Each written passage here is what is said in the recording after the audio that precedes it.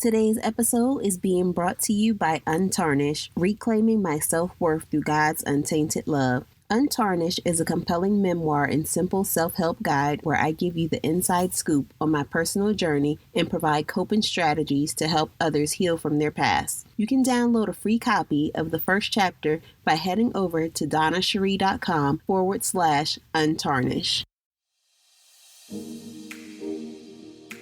You're listening to Untarnished Moments, the podcast that helps you shine through life challenges and move past self-defeat into victory.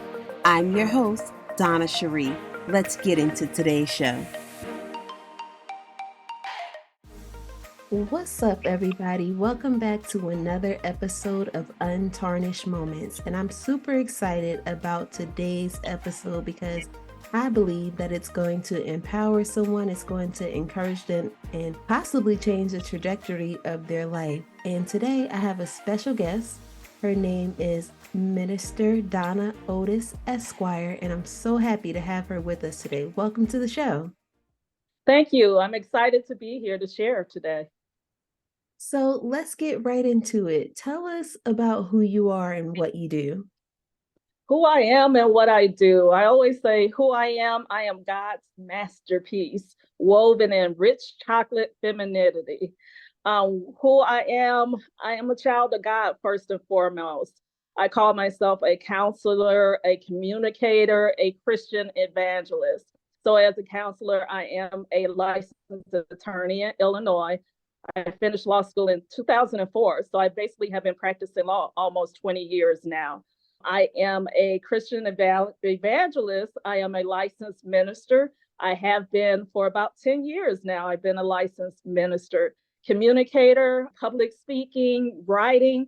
I am a published author of a book of poems called I Can't Breathe that I published during the pandemic, which is available on Amazon. So just briefly, that's who I am. My story, there's a poem by Langston Hughes, which says, life for me has not been a crystal stair. And I would say my life has not been a crystal stair. It's been a series of hills and valleys. And if someone saw my life on paper, they would think it had to be God or a miracle for me to be a minister and a licensed attorney.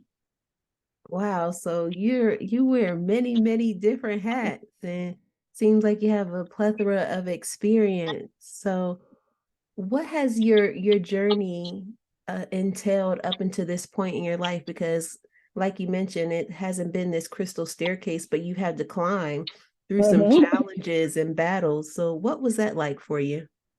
What was that like for me? I am the daughter of sharecroppers from rural Tennessee. I am also the daughter of a Baptist minister. My father passed away last year, who was like my best friend. So I lost my father last year. As the daughter of a Baptist minister, we always hear the stories of preachers' kids, and preachers' kids are like this or like that. And at 16, I had my daughter. So, to have a father that was a minister and then have a daughter who's pregnant was life-changing for me and for my family, because after I was pregnant, I really wasn't allowed to go to church. I recall being dropped off at my baby father's house, and then the rest of the family would go on to church. And when church was over, they would come back and pick me up. So based on that experience, for years, I was outside of the church. And then academically, I was not the best student in high school. I finished high school with a 1.6 GPA. It actually took me 10 years to even earn a bachelor's degree from Roosevelt University in computer science and business. And I think at every step of the way, there was some angels who helped me at every step. In high school, there was a counselor who gave me a referral to her gynecologist. When I first started working, there was an employer who let me come into work late so that I could go to college and take some classes. There were grandparents who watched my daughter so that I could take classes on Saturday and even on Sunday to finally finish my undergrad degree. So other than the bachelor's degree, I also have a master's of art from Moody Seminary in spiritual formation and discipleship. I have my law degree is from University of Illinois at Chicago. It was called John Marshall Law School. And even with that series, having a daughter at 16, I had another daughter at 21. And then I'm married and divorced. So all of these different stages of life, that's why I said life wasn't a crystal stair, but I also live by the motto, but God, that even though in man's view, I wouldn't make it, but God, there was a purpose in my life that overshadowed what statistics and what people thought I should be or not be. Yeah, and that's a lot to deal with even as a teenager, and possibly the shame that might come with of your family leaving you at your child's father's house, and then they can go to church. And so that could also give us like a tainted view of who we think God is and Exactly. how he responds to just the different choices that we make. So how did you overcome those challenges? I mean, I know you had the support of, your employer and grandparents and things like that, but how did God show up in your life, and how did you recognize him just to get to where you are today? I think personally, because of all the negative comments about me, I just had an attitude of I'm going to show everyone something different. I'm not going to believe the chatter and the comments and the things people are saying because that's not who I am. So I think it was that and wanting to be an example for my children. I never wanted my children to point to me and say, because of you, that's why we didn't make it, because of you. So I wanted to be an example for my daughters that with God, anything is possible, that there are no limits. Even when I had my daughter young, I always told her, people are going to say that you're going to be just like me or that you're not going to do well in school. And my daughter is, for the last 10 years, works for the largest corporation in America in an executive role.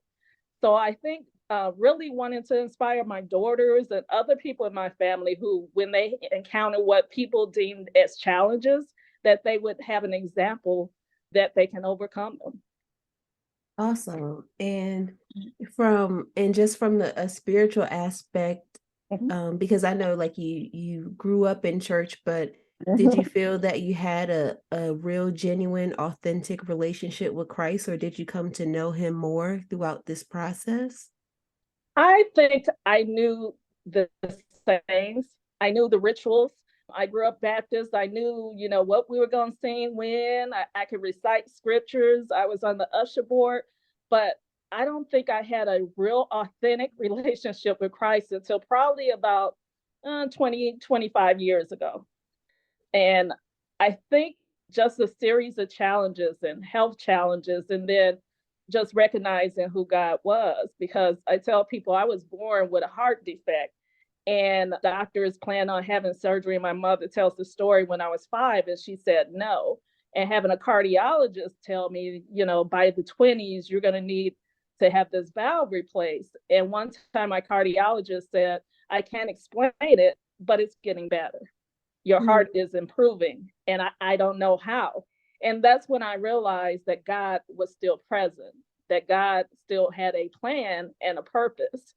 And I recalled, all the Bible studies, all the convictions, and really started reading the Bible for myself without the fog of the church's message of you've sinned, you've had a baby out of wedlock twice, you're divorced. So I tried to remove that noise and really sit down and read the Bible for myself. And I think that's such a good point to really pull out of for those who believe in God or are a follower of Christ, is that we can't go off of what other people do or what other people say, but we really have to get into the word of God for ourselves and see what he says about us, and just combat that negative chatter and, like you said, that fog that tries to deter us and make us go down a road that we don't want to. Right. And for somebody like you, the world would look at that you like would be a statistic, but because of the grace of God and the foundation that you have, as well as your mindset, you were able to travel down a different path. So Yeah. that's such a blessing. Mm-hmm. So, how did your involvement in your father's church shape your passion for ministry and specifically ministering to women in the Cook County Jail? Okay. So my father never had a church. He was always an associate minister. But I recall as a child, I always went with my dad to other churches, or we traveled to other churches, or, New Year's Eve sermons in the church. So I think I knew early on that I had been called to ministry and to preach, but had never really seen a lot of women doing it. And I knew that the church did not agree with women preaching. But there was one woman on the South Side at a church called Fellowship, and her name was Mother Consuelo York. And Mother Consuelo York was a petite woman, never met her in person, probably, I would imagine, not even 5'5". And she always had a collar. And I saw pictures of her surrounded by men who were at Cook County Jail. This little woman and just ministering to men. She was one of the first women chaplain at Cook County Jail, and one of the first women to be ordained a minister that I recall from the Baptist church. So I recall going to fellowship and seeing her, and it was something about the pictures of her at the jail that always like sparked my interest. Like, that's interesting. I would love to do that one day. And so I think that was what sparked my interest. And then I started going into jails doing with the youth from the church, showing them the boot camp and, different areas of the jail. So I probably have been going into the jail for 20 years. I started doing ministry there probably around 2014. I actually started doing ministry there. And then my other ministry has been like in hospitals doing chaplaincy. I like going to visit the sick and shut in, those people who can no longer go to the church service. On Saturday, I will be going to meet the bus. It's called a reunification ride, where certain organizations in Illinois take the children down to the prison to meet with their mothers. So, most of my ministry is outreach. And I think maybe it's because for so long I was outside of the church, and for so long I didn't fit in the church, or I wasn't deemed the type of person who should be in the church. So I think my calling is to those on the outside of the church. And that's where I tend to thrive in ministry, is with people who society basically casts out and say there's no hope for. And we need so many people like you in the world who will be willing to offer that outreach and just show love to individuals who society has cast aside. And I'd like to ask you too, so when you go to the Cook County Jail, what has been, some of the responses or feedback that they get when you meet with these individuals? And also, after their release, do you keep in touch with them, or what happens? Well, some of the feedback, I would say, we stopped going into the jail in 2020 because of COVID, and we're getting ready to start going back. So I can say once a month we would go and have religious services. And the women would, when they knew we were there and about to set up, they would run in to get seats, for the service. And we would bring music. And my Bible studies were a little different because they were interactive. I wanted the women to talk. I wanted them to share. We were in a sanctuary. I called it for them a sanctuary because I wanted them during that hour or hour and a half we were together to feel safe, to feel like this was a space they could share. And in that space, even though I'm a Christian, other faiths were welcome. It just developed a relationship with the women who were there, and they would start to invite other women. We would give donations of like t-shirts, underwear, things that we take for granted, shampoos, sanitary napkins to the women. So I think it was well received because there were always people coming. And I recall one time being in Bible study and a chef kept running in, and she would leave out and she'd run back in, and we kept looking at her and she'd run back in. And she said later she was running in because it was so quiet. She was afraid that something had happened to us. Oh, And my the goodness. women were looking like, what is wrong? So I believe, based on that we were well received. And at Christmas time one year, I was able to bring in Chicago Mass Choir to sing to them. Oh, And nice. yes, And the women were excited. They were like, it's a choir in there. It's a choir. I was like, no, this ain't just any choir. Chicago Mass Choir is this. So they knew that, we loved them and we didn't judge them. I would tell the women, until you stop breathing, there was an opportunity to do things a little different, that they would love. And women who are detained, it's usually a backstory to that. There's usually some trauma involved also. So we allowed them to just share. I have not followed up with a lot of the women when they leave there, but I work with other organizations like Prison Fellowship, where we would have angel tree party and we would invite the children whose names we received from that organization and have a Christmas party for them and give them Christmas gifts. And at the church, we would set up every room with a different activity. One room would be crafts, one room would be storytelling, one room would be video games, a balloon maker.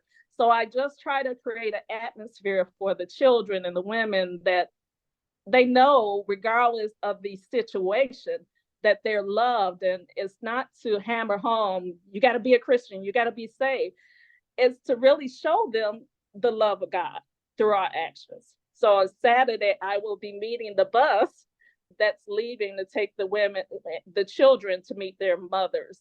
So someone asked, are you coming again to bless the bus? And being there and having a mother just come up who didn't even speak English and just give me a hug because I come and I had my collar on. So I think the presence makes a difference, because not everyone wants to go inside the jail and provide ministry. They think, oh, they're there, they did something, forget about them. Too bad. Yeah, that's beautiful. I know they'll be so excited. Mm-hmm. So, yeah. So regarding Naomi's daughter, the organization that you have, what inspired you to create that?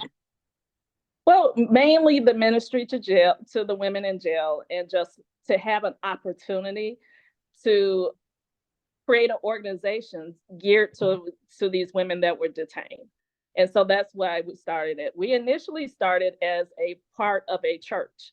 And the part of creating its own nonprofit was with the hope of being able to get grants and different ability that not necessarily tied it to a church, that maybe made people more comfortable to provide grants and funding and donations. And that started in 2016. We started that. Okay. And how can people support Naomi's daughters or get involved? Are you looking for volunteers? Exactly. We are always looking for volunteers, but to go into the jail, you have to have training. There's a background check. So there's a screening process before you go into the jail, and usually meeting with board members to see if this is something you really want to do. Other than that, we have an email address, Naomi's Daughters 116@gmail.com. People can reach out. I have a Facebook group called Naomi's Daughters. There's a website, naomisdaughters.net. We were paused for a little bit, but we're starting back up. In Mother's Day, we really started back up of this year. Okay, great. And I'll be sure to drop that information. So if someone is in the Chicago area or surrounding area, if they want to reach out, they can. What are some last words of hope that you'd like to share with the person who might be listening, who's feeling like they have too many obstacles in their way to achieve their dreams and live a purposeful life? Ooh, last minute of hope. Patience. It really takes a lot of patience. A lot of patience, a lot of surrounding yourself with people who have made that journey and don't mind sharing, because so often we make it and we say, oh, okay, good luck to the other people. So getting in a network with people who don't mind sharing the process and sharing the journey. For me, it's been some counseling, especially recently with a loss of my father. It's been church, and it has been some mental health counseling, just to imagine a life of kind of being that shame you talked about. So it required some counseling. It requires just some faith. And really, it's networking with people who are like-minded and finding books and reading and just finding Facebook groups or ways you can connect. But it's going to take, first of all, some patience. Nothing happens overnight. I said in the beginning, it took me 10 years just to get my bachelor's degree. I was 35 years old when I finally went to law school. So it takes patience. It may take time. And it's going to take time to really love yourself. I had a counselor, I had to read books like Set Boundaries, and that's what really helped me to overcome and really to get to the point where I'm okay with sharing more often on different platforms my story. Yeah, so for the person who's listening, as Donna said, it takes patience. It's patience. It's a lifelong journey, and we get to that next point, that it's almost like a marathon. It's not a sprint, but to be able to invest in yourself, that's what we need to do. So thank you so much. Yeah, thank you so much for those words of hope. And again, I know you mentioned that you have Naomi's daughter and they can reach you at Naomi's daughter 116. Are there any other places where people can find you online or connect with you? On most social media platforms, it's my name, Donna L. Otis. On Instagram, it's Donna L. Otis. I'm starting a YouTube page. It's Donna L. Otis. Naomi's Daughters has a page. It's Naomi's Daughters. So either look for Naomi's Daughters or my name, Donna L. Otis. All right, wonderful. So thank you so much, Donna, for coming on the show today. I really appreciate it. Thanks for having me. Take care. All right, guys, until next time, ciao. Hey, Overcomers. Thanks for tuning in. For more information, head on over to DonnaCherie.com. If you want to find me online, I'm at I am Donna Cherie on Instagram and Donna Cherie on Facebook. Don't forget to join the Overcomers Confidence Club Facebook community.